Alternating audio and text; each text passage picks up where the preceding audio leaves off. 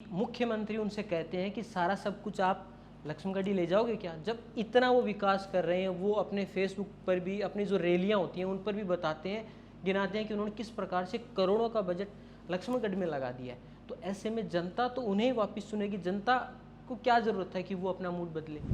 ये सारी झूठी बातें, सारे सगुफे हैं जो लास्ट के 6 महीने में जब इनको पता लगा ना कि अब तो लंका लगने वाली है, उस समय जाके इन्होंने सब शुरू किया है। कि सुभाष जी महरिया तो बार बार अपनी पार्टियां बदलते रहते हैं, पहले कहीं थे, फिर कहीं थे, फिर कहीं आ गए, फिर वो उनका ये खेल चलता रहता है। मैं गिनवा दूंगा आपको 50 ऐसे लोग जो जिनके पास गाय तो दूर दूर की बात है, बकरी बांधने की भी जगह नहीं है, उनको अनुदान मिल गया। कि बजट बपोती नहीं है किसी की, ये आम आदमी के टैक्स का पैसा है।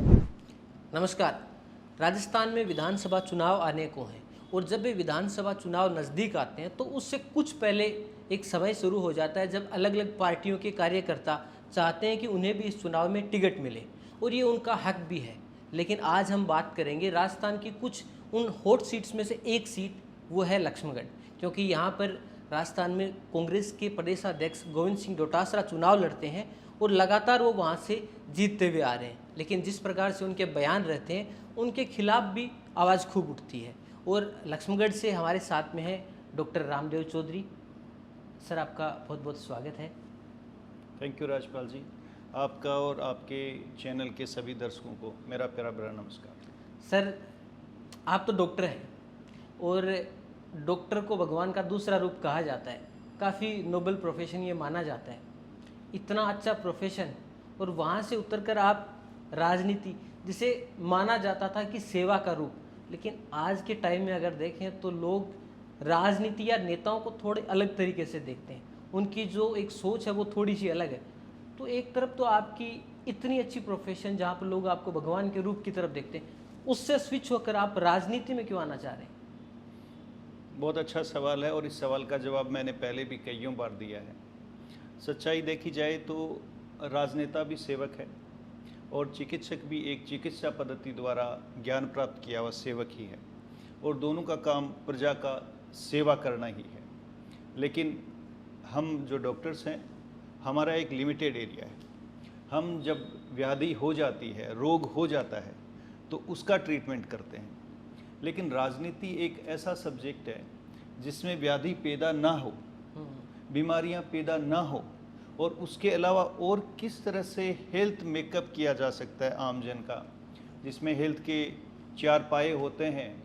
हेल्थ की परिभाषा मैं बता दूं आपको, हेल्थ जिसमें शुद्ध पानी, अच्छा खाना, रहने का घर और सरल सुविधाएं जिसमें कम किराए के आपके साधन हो, जहां आवागमन किया जा सके, ये सारी चीज़ों को मिला के हेल्थ बनता है।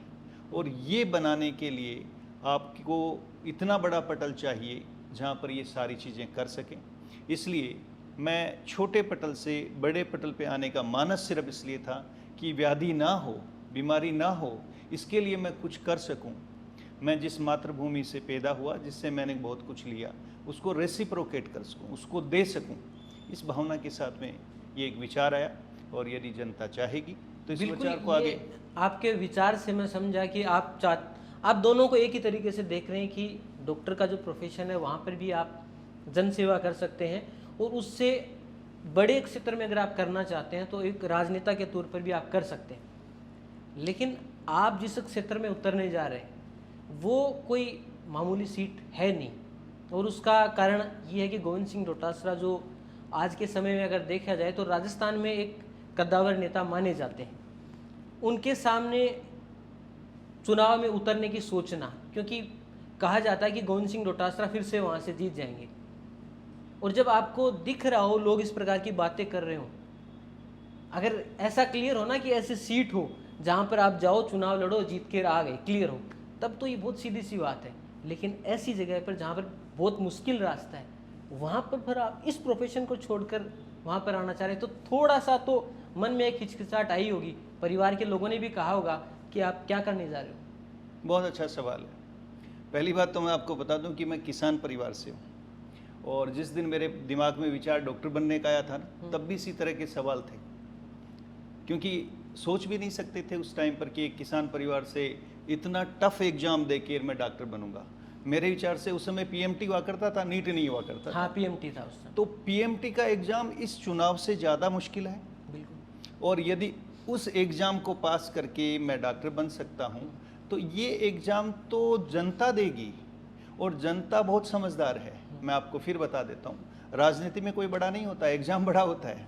राजनीति में जनता जनार्दन बड़ी होती है। जनता ने यदि तय कर लिया तो वो किसी भी को भी नीचे उतार सकती हैं और किसी भी नीचे वाले को ऊपर बिठा सकती हैं। इसलिए कोई बड़ा छोटा नहीं है। और मेरे साथी, मेरे जानकार, मेरी लक्ष्मणगढ़ की जनता, सबकी ये उम्मीद है कि ऐसा जनसेवक आए जो बातों को सुने, समझे और निराकरण की कोशिश तो करे, अहंकारी ना हो, मिलनसार हो, लोगों में जाए, उनकी भावनाओं को समझे। कहीं पर इस तरह के नहीं कि किसी को घर से निकाल रहे हो या किसी को नाथी का बाड़ा कह के आप बेइज्जत कर रहे हो, इस तरह से ना हो। तो जनता जनार्दन है, वो समझ रही है, और बड़े छोटे का बिल्कुल भी डर नहीं है। मैं आपको फिर कह देता हूँ, बहुत बड़े एग्जाम दे के यहाँ तक आए तो ये एग्ज़ाम भी देंगे और जनता जनार्दन सफल भी करेगी। बिल्कुल, आपने पीएमटी जैसी बड़ी एग्ज़ाम को आपने क्लियर किया, आप डॉक्टर भी बने।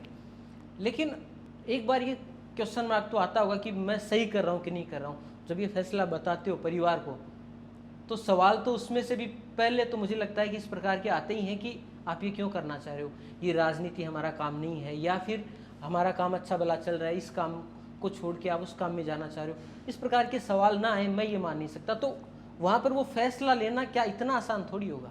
राजपाल जी, मैं आपको बता दूं, पहली बात तो पढ़े लिखे लोगों का काम सिर्फ एसी कमरों में बैठ के सरकारों को कोसना नहीं होता है। मुझे आम पब्लिक ने जो दिया है, मेरी ज़िंदगी में ये ड्यूटी भी है कि मैं उस जनता को वापस दे पाऊँ। अब इसमें भी कई सारे सवाल आते हैं। आप ये भी कह सकते हैं कि आप एज ए डॉक्टर दे रहे हैं ना। मैंने कहा ना, मैं दे रहा हूँ और मैं देता रहूँगा।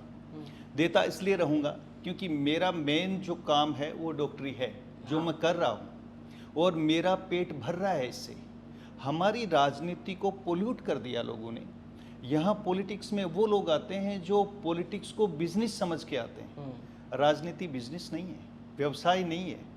व्यवसाय आपका कोई और होना चाहिए, आपका पेट भरने का जरिया कोई और होना चाहिए।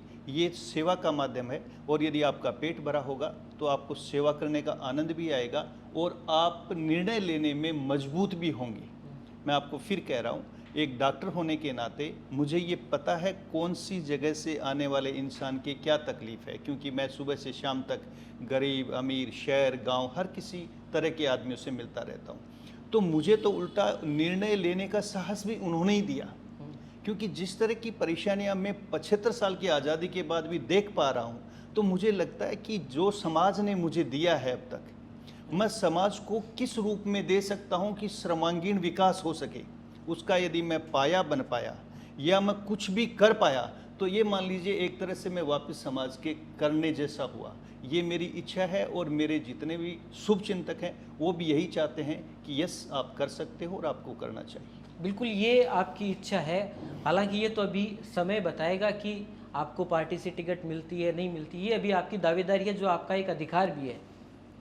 लेकिन जब पार्टी के पास में टिकट के लिए जाओगे तो लक्ष्मणगढ़ तो एक ऐसा क्षेत्र है जहाँ पर लोग बात कर रखे हैं कि बाढ़ सी आ रखी है नेताओं की।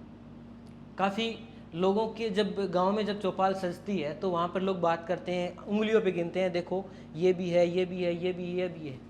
मैं नाम गिनाना नहीं चाहूँगा, एक लंबी लिस्ट है। ऐसे में जब पार्टी के पास में जब आप दावेदारी करोगे तो वाजिब सी बात है कि पार्टी आपसे पूछेगी कि हम आपको ही टिकट क्यों दें। और पार्टी को सीधी सी बात है कि कोई भी पॉलिटिकल पार्टी अगर चुनाव लड़ती है तो उसके लिए सबसे इम्पोर्टेंट होता है कि वो चुनाव जीतना चाहती है। तो आपके पास में वो क्या तर्क है जिससे पार्टी आपको टिकट दे? कैसे आप लक्ष्मणगढ़ की इतनी जो टफ सीट है उसको फाइट कर आप वहाँ पर जीत सकते हैं? पहली बात तो मैं आपको क्लियर कर दूं कि लक्ष्मणगढ़ का मैं हूँ, लोकल हूँ। बिल्कुल। योग्यता की बात करो तो पढ़ाई लिखाई भी मैंने करी है।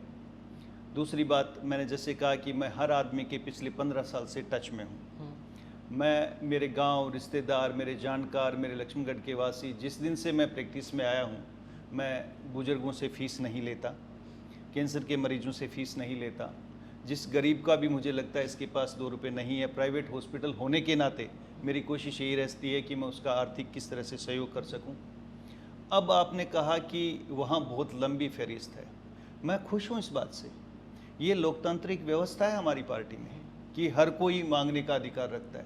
आप कांग्रेस में देख लो, देखें एक ही कैंडिडेट है, उनके सामने कोई दूसरा चर्चा भी नहीं करता। नहीं, इसका एक रीज़न ये भी तो है ना कि जहाँ पर एक कैंडिडेट लगातार जीत रहा है, वो स्वाभाविक सी बात है कि वहाँ पर इतनी जल्दी आपको नहीं दिखेगा दूसरा नेता। लेकिन लक्ष्मणगढ़ में अगर आप जो बता रहे हैं ना कि ये अच्छी बात है, उसका एक कारण ये भी है कि अगर मैं देखूं पिछले लंबे समय से तो एक केडी बाबर हैं जिन्होंने वहाँ पर बीजेपी को जिताया था। बाकी लंबे समय से वहाँ पर दबदबा कांग्रेस का रहा है और पिछले काफ़ी समय से तो गोविंद सिंह डोटासरा ही है। तो ऐसे में भारतीय जनता पार्टी से एक जो लिस्ट है वो आ सकती है, क्योंकि वहाँ पर ऑलरेडी नंबर 1 कोई है नहीं।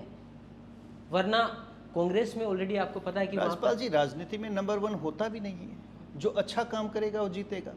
क्या कांग्रेस में जो भावनाएं, जो सोच कांग्रेस की रखते हैं, उनको लगता है कि वो सर्वश्रेष्ठ हैं?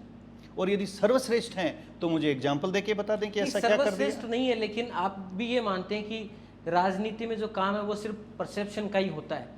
तो इस समय अगर आप देखें तो गोविंद सिंह डोटासरा का मैं ये मानता हूँ कि उनके बयानों की वजह से वो काफ़ी बार विवाद में रहते हैं, लेकिन वो एक बात ये भी कहते हैं कि मैंने लक्ष्मणगढ़ विधानसभा क्षेत्र के लिए काफ़ी कुछ किया है। वो तो यहाँ तक दावा करते हैं कि मुख्यमंत्री उनसे कहते हैं कि सारा सब कुछ आप लक्ष्मणगढ़ ही ले जाओगे क्या। जब इतना वो विकास कर रहे हैं, वो अपने फेसबुक पर भी अपनी जो रैलियाँ होती हैं उन पर भी बताते हैं, गिनाते हैं कि उन्होंने किस प्रकार से करोड़ों का बजट लक्ष्मणगढ़ में लगा दिया है। तो ऐसे में जनता तो उन्हें वापस चुनेगी। जनता को क्या ज़रूरत है कि वो अपना मूड बदले। एक काम करते हैं, अपन कैमरा लेके चलते हैं बिल्कुल, और उनके विकास को देख लेते हैं। एक परसेप्शन से बाहर निकलना पड़ेगा, जमी पे आना पड़ेगा। आप देख लीजिए, वहाँ हॉस्पिटल का अब खड्डा खुदना शुरू हुआ है, अभी तो नींव भी नहीं लगी है। कॉलेज के नाम से भी 4 दीवारी बनी है, कुछ भी नहीं बना है। मैं आपको एक एग्जांपल देके बताता हूँ कि जोधपुर के एम्स ने भी 4 चुनाव करवाए थे, तब जाके कंप्लीट हुआ था। तो ये सिर्फ फहरिस्त है, ये सिर्फ लिस्ट है जो न्यूज़पेपर में आई है। बात करना और जमी पे लाना, दोनों में बहुत बड़ा फर्क है। बहुत अच्छे वाचाल हैं, बहुत अच्छा बोल लेते हैं, अपनी बातों को अखबारों में और फेसबुक पे अच्छा चला लेते हैं। काम करना पड़ेगा। जैसे आपने शब्द किया ना कि मैं क्या करता हूँ, हाँ। वो भी लोगों को प्रूव करना पड़ेगा ना कि भाई मैं क्या करता हूँ। भाई सीधी सी बात है, तो उनको भी प्रूव करना पड़ेगा, उनको बताना पड़ेगा कि ये चीज़ें मैंने कर दी हैं और कैमरे के सामने होनी चाहिए। फिर वो सिर्फ न्यूज़पेपर में या फेसबुक में नहीं चलने वाली।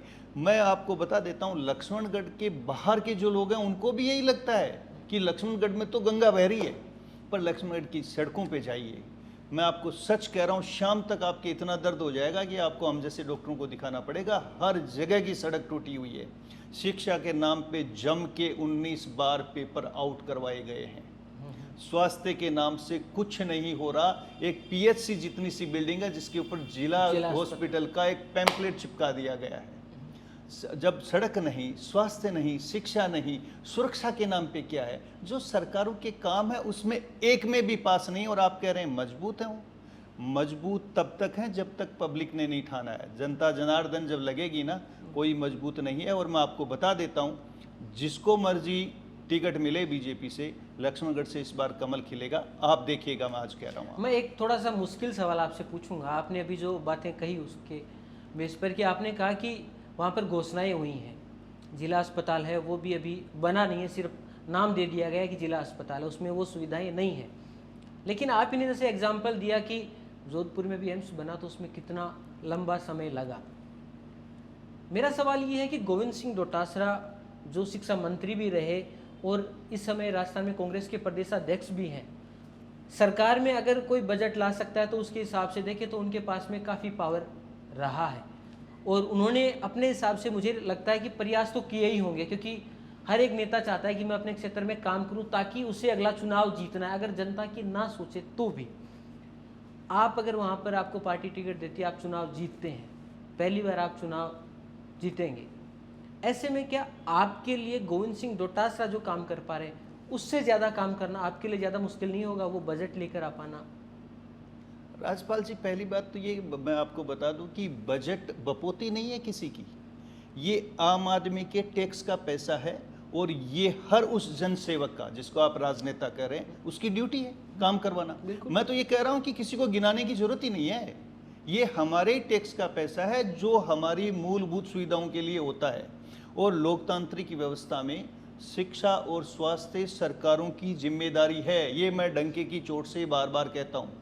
यदि प्राइवेटाइजेशन इन दो सेक्टर में बढ़ता है, हेल्थ में और शिक्षा में, तो वो सरकारों का फेलियर है। बता दीजिए मुझे ऐसा क्या किया है ताकि प्राइवेट की बजाय लोग गवर्नमेंट की तरफ शिफ्ट हो जाएं। स्कूलों में कितने बच्चे रह गए हैं, गवर्नमेंट हॉस्पिटल्स में कितने मरीज रह गए हैं, क्यों आज गवर्नमेंट की स्कीम्स को प्राइवेट में देना पड़े।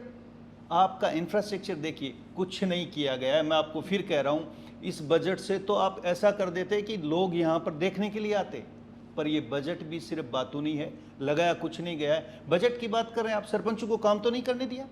आप देख लीजिए 5 साल में जो सरपंचों को काम मिले थे, जो कि अपनी पंचायत के बारे में सबसे ज़्यादा जानते हैं, उनके काम को नरेगा को दे दिया और वो काम हुआ नहीं। इसीलिए तो बेचारे सरपंच भी आपको पता है कि कितनी बार मिल चुके हैं। यही हालात अभी जो इन्होंने फ्री स्कीम्स के नाम से कुछ शुरू किया था, लंपी के नाम से इन्होंने शुरू किया, आपको पता हो तो आप गांव में पता कर लीजिएगा। जिनके घर से 4 गाय मरी है उसको एक को भी पैसा नहीं मिला होगा, लेकिन जिनके घर में बकरी बांधने की जगह नहीं है उसको जरूर मिल गया होगा। मैं गिनवा दूंगा आपको 50 ऐसे लोग जो जिनके पास गाय तो दूर दूर की बात है, बकरी बांधने की भी जगह नहीं, उनको अनुदान मिल गया, लेकिन जिनकी बेचारों की मर गई उनको 4 को भी नहीं मिला होगा। ये सारी झूठी बातें, सारे सगुफे हैं जो लास्ट के 6 महीने में जब इनको पता लगा ना कि अब तो लंका लगने वाली है, उस समय जाके इन्होंने सब शुरू किया है। अब जनता समझदार है, अब समझ गई है, तो ऐसा कुछ नहीं होने वाला है। अभी पता लग जाएगा कौन बड़ा है कौन छोटा है। अगर आपको मौका मिलता है तो आप सबसे पहले क्या बदलाव करना चाहेंगे? मैं स्वास्थ्य से जुड़ा हुआ हूँ और मैं आपको फिर बता देता हूँ, स्वास्थ्य की शुरुआत पीएचसी से होती है। पीएचसी से नीचे सब सेंटर्स भी होते हैं, बट सब सेंटर पे हम मानते हैं कि हमारा प्राथमिक कार्यकर्ता जीएनएम जो होते हैं पोस्टेड, बट पीएचसी ऐसी जगह होती हैं जहाँ पर बहुत सारी स्क्रीनिंग हो जाती है।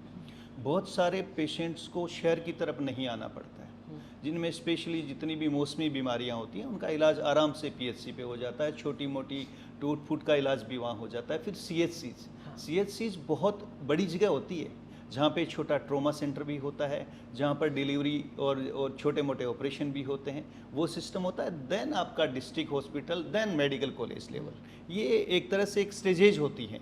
तो जिस सेक्टर से मैं हूँ, जो मैंने ज्ञान प्राप्त किया है, मेरी जगह का हेल्थ कम से कम ऐसा होना चाहिए कि हर किसी को लगे हाँ ये होता है काम, और काम होगा तो काम बोलेगा और हर कोई ये कहेगा कि काश ऐसा हो पाता।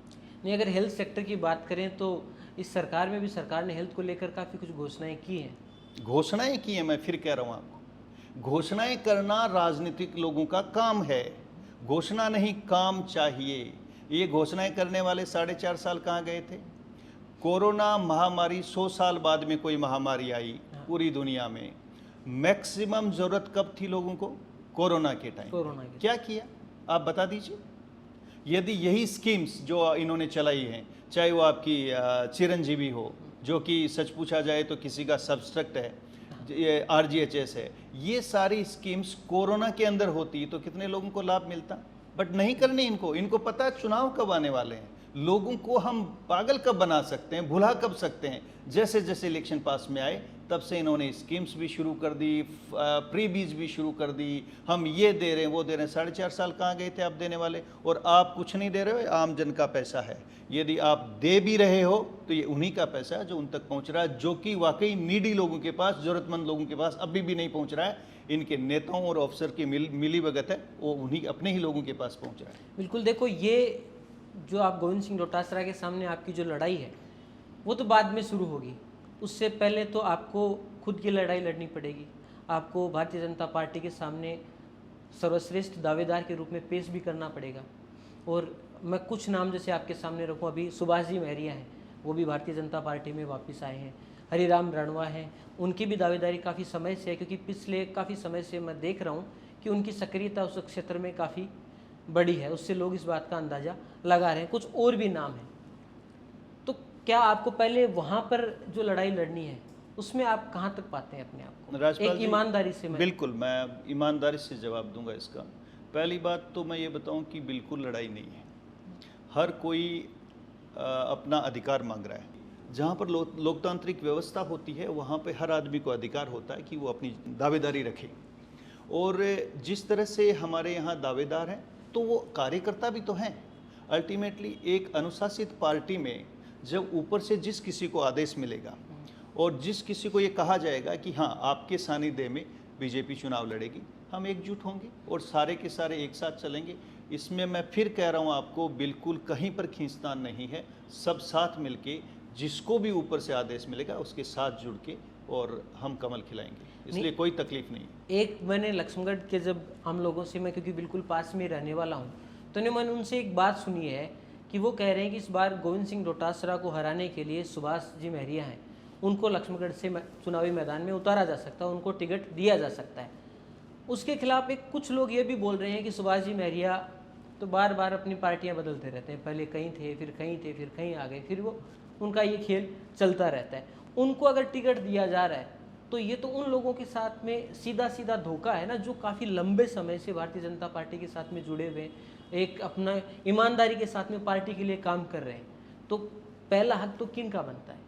और अगर उनकी बात सुनी जाए तो दूसरी बात ये सामने आती है, लोग ये भी कहते हैं कि अगर गोविंद सिंह डोटासरा को कोई हरा सकता है तो वो सुभाष जी महरिया है, क्योंकि उनका जो नेटवर्क रहा है वो काफ़ी मजबूत रहा है। तो ये एक बड़ा पॉलिटिकल द्वंद्व है, दो अलग अलग पक्ष है। इसको समझाने के लिए क्या किया जा सकता है? क्या ये परेशानी का कारण नहीं बनेगा? देखो, आपके पहले सवाल का जवाब तो वही दे पाएंगे, मैं उसका जवाब नहीं दूंगा कि किस पार्टी में रहे और किस पार्टी में है। बट दूसरी बात का जवाब मैं ज़रूर दे पाऊंगा। पहली बात, मैं आपको पिछली 2-4 बातों पहले ये बात बता भी चुका हूँ कि पार्टीज में कोई नेता बड़ा नहीं होता है। आपको पता हो तो राहुल गांधी जी को अमेठी से हमारे सामान्य कार्यकर्ता ने चुनाव हराया था, वो नेशनल प्रेसिडेंट थे कांग्रेस के। इसलिए यहाँ पर ये कोई नहीं है कि कौन बड़ा है, इसको कौन हरा सकता है।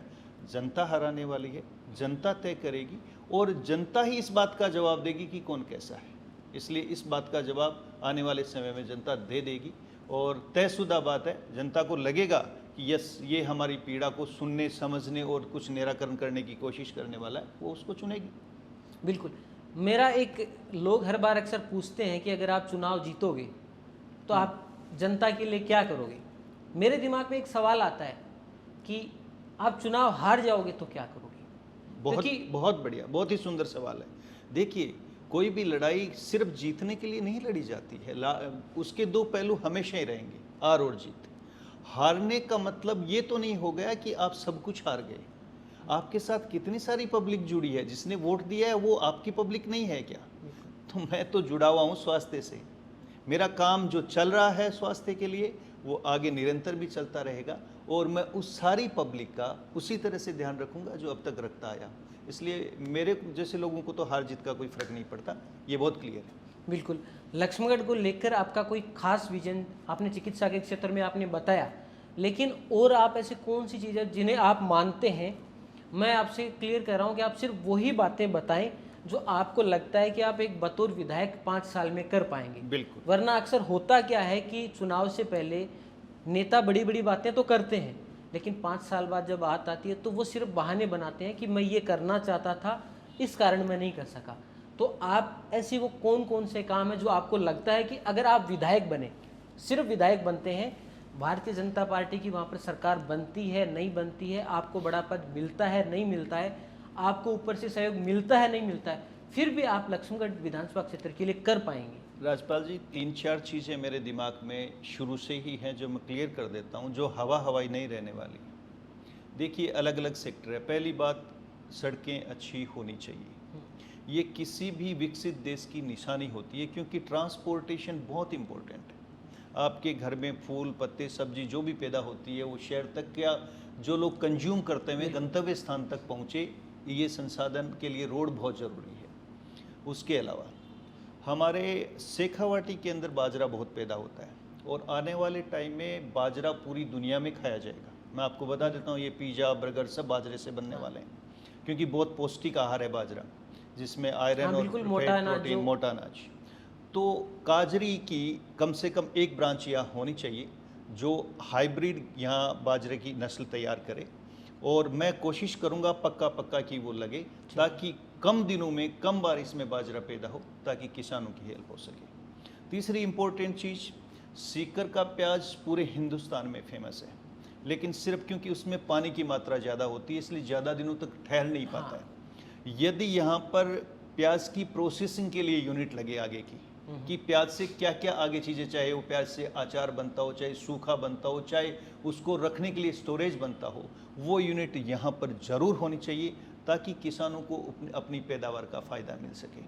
इसके अलावा क्योंकि इस एरिए से सबसे ज़्यादा स्पोर्ट्स में हमारे बच्चे अच्छी डील डोल के होते हैं, सारे होते हैं, तो स्पोर्ट्स एकेडमी यहाँ होनी बहुत ज़रूरी है, जिससे कि स्पोर्ट्स के थ्रू भी सर्विसेज में जाएं और स्पोर्ट्स में भी अपना नाम ऊंचा करें। ये ऐसी मूलभूत चीज़ें जो होने वाली हैं और डेफिनेटली यदि मादा हो तो ये होंगी और ऊपर वाला साथ देगा और जनता का सहयोग रहेगा। तो इस तरह की चीज़ें करने की मेरी बड़ी इच्छा है। तो आज हमारी बात हुई डॉक्टर रामदेव चौधरी से, जो लक्ष्मणगढ़ विधानसभा क्षेत्र से दावा कर रहे हैं कि अगर उन्हें भारतीय जनता पार्टी से टिकट मिलती है तो वो जीत सकते हैं। और जीतने के बाद में उन्होंने हर एक वर्ग के अलग अलग प्रकार की घोषणाएं की हैं कि वो इस प्रकार के काम करने की इच्छा रखते हैं और पूरा प्रयास करेंगे। हम लगातार इसी प्रकार लक्ष्मणगढ़ से जुड़े हुए और भी जो हस्ती हैं उनके इंटरव्यूज़ आपके सामने लेकर आते रहेंगे और लगातार स्थानीय खबरें भी आपके सामने लेकर आते रहेंगे। आज के इस इंटरव्यू में इतना ही। धन्यवाद। धन्यवाद।